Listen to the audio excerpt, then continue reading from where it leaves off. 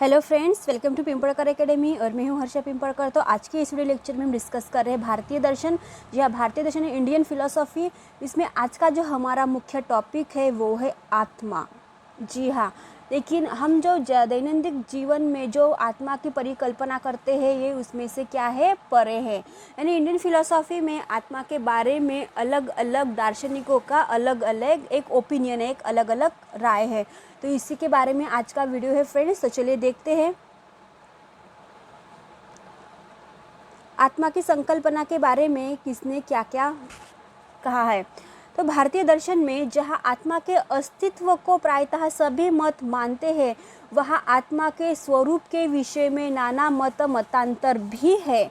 यानी सभी ने तो आत्मा के विषय में अलग अलग रूप में उनका विशिष्ट वर्णन किया है, लेकिन क्या है, सभी का ओपिनियन क्या है यहाँ पे अलग अलग है।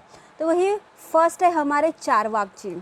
तो चारवाक जी जो है उन्होंने मूलतः आत्मा को भौतिकवादी होने के नाते आत्मा को ही नहीं मानते हैं। जी हाँ, वो आत्मा को यहाँ पे नहीं मानते हैं। तो वो क्या कहते हैं, पर उनकी दृष्टि में आत्मा क्या है, तो आत्मा है चैतन्य विशिष्ट देह है। जी हाँ, उन्होंने आत्मा को ऐसे नहीं माना है, लेकिन उन्होंने आत्मा को चैतन्य विशिष्ट देह माना है। यानी चारवाक शरीर से पृथक भिन्न नित्य स्वतंत्र अमर आत्मा के अस्तित्व का यहाँ पे खंडन करते हैं, क्योंकि उनका जो प्रत्यक्ष, क्योंकि हम आत्मा कहते हैं कि आत्मा प्रत्यक्ष हम दिखाई देती है क्या, आँखों से नहीं, इसलिए वो सिर्फ एक ही प्रमाण को मानते हैं। हमें मालूम है कि वो प्रत्यक्ष प्रमाण को ही मानते हैं। उनका उल्लेख है कि चारवाक जी कहते हैं कि आत्मा का निषेध नहीं हुआ है, बल्कि आत्मा के अभौतिक स्वरूप एवं उनके द्रव्य गुणों का ही यहाँ पे क्या होना चाहिए, द्रव्य गुणों का ही यहाँ पे निषेध किया जाना चाहिए।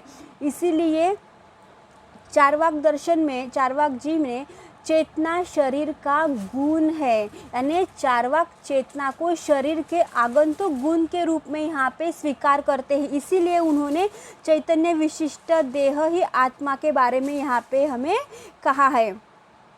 फिर आते हैं बौद्ध जी। बौद्ध दार्शनिक महत्वपूर्ण दार्शनिक है, जिन्होंने क्षणिकवाद में आस्था रखने के कारण स्थायी आत्मा को स्वीकार नहीं करते, किंतु उनके अनुसार आत्मा क्या है, विज्ञान है, यानी चैतन्य के एक प्रवाह मात्र है। ये उन्होंने क्या कहा है, बौद्ध जी ने स्वीकार किया। यानी भारतीय दर्शनों में आत्मा को नित्य आत्मा का स्वरूप धर्म या आगंतुक धर्म माना जाता है। इसलिए बौद्ध और चारवाक इन दोनों ने ही क्या कहा है, आत्मा क्या है, विज्ञान चैतन्य रूप है, चैतन्य विशिष्ट देह में ही क्या है, आत्मा है। फिर आते हैं हमारे महत्वपूर्ण जो दार्शनिक है वो है जैन दार्शनिक।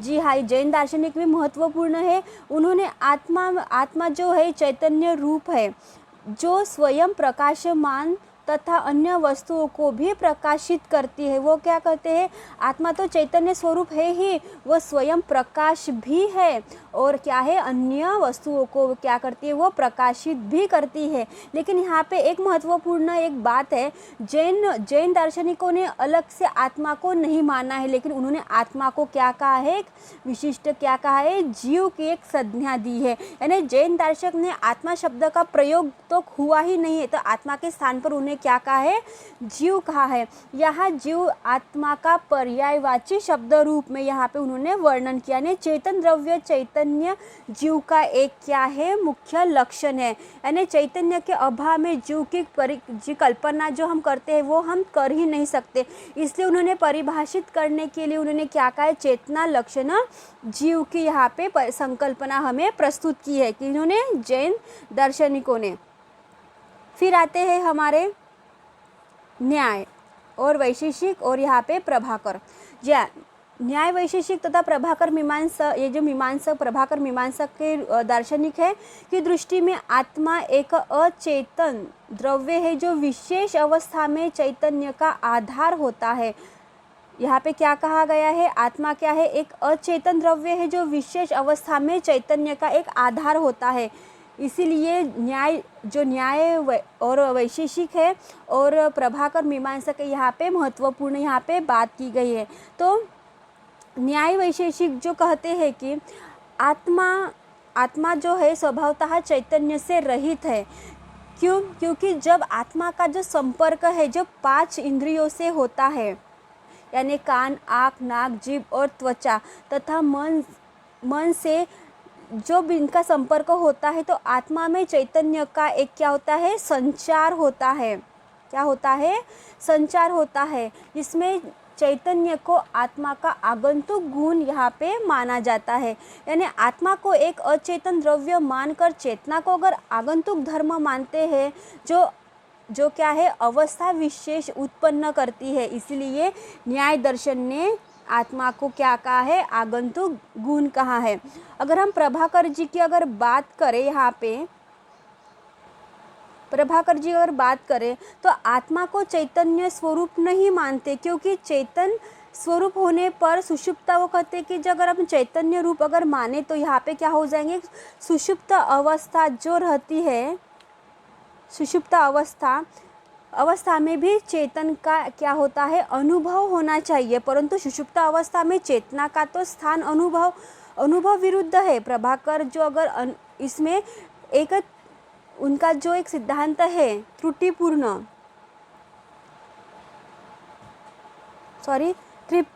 त्रिपुटी जो प्रत्यक्षवाद के आधार पर आत्मा के ध्यान को उन्होंने क्या कहा है, स्वीकार किया है। इसीलिए यहाँ पे जो न्याय और प्रभाकर जी, इनको हमने क्या किया है, एक इसमें बताया है।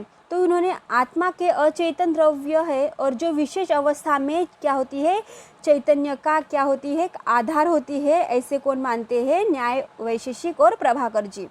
फिर आते हैं हमारे भट्ट जी। हाँ, यहाँ पे कुमारिल भट्ट है, यहाँ पे वो कहते हैं कि आत्मा एक चेतन पदार्थ है जो अंशतः क्या होती है, अज्ञान के आवरण से आच्छादित रहती है। उन्होंने क्या कहा है कि जो आत्मा है वो क्या है, अंशतः अज्ञान के आवरण में क्या होती है, आच्छादित रहती है, जिसमें आत्मा को उन्होंने क्या कहा है, विभु एवं नित्य भी माना है। यानी प्रभा करके अगर आत्मा के उन्होंने क्या एकदम अपोजिट डायरेक्शन में उन्होंने एक बात की है। सुषुप्त अवस्था में जो भी आत्मा चैतन्य का गुण उन्होंने बताया है, वही सुषुप्त में चेतना का अभाव भी रहता है। यानी केवल विषय, ये क्या है, सिर्फ एक क्या है, विषया भाव के कारण होता है। वो क्या कहते हैं, ये क्या है, विषया भाव के ही कारण ऐसा होता है। इसलिए उन्होंने अंशतः ज्ञान के आवरण से आच्छादित यहाँ पे आत्मा की यहाँ पे हमें संकल्पना दी है। फिर आते हैं हमारे सांख्य और योग। तो सांख्य जी कहते हैं कि पुरुष आत्मा शुद्ध चेतन तत्व है जो निष्क्रिय होते हुए भी दृष्टा होता है। यहाँ पे क्या कहा है, जब आत्मा है उन्होंने आत्मा को क्या कहा है, पुरुष की संज्ञा दी थी। यानी शुद्ध चेतन तत्व है, क्या है, पुरुष क्या है, एक शुद्ध चेतन तत्व है जो निष्क्रिय होते हुए भी क्या है, एक दृष्टा यानी ज्ञाता है। यानी सांख्य जी ने दो द्वैत की यहाँ पे बात की थी, एक को क्या था, पुरुष और एक है प्रकृति। तो उन्होंने आत्मा को ही क्या कहा है, पुरुष की यहाँ पे संज्ञा दी है। भारतीय दर्शनों में आत्मा यहाँ पे पुरुष को कहा गया है कि ये सांख्य दर्शन में।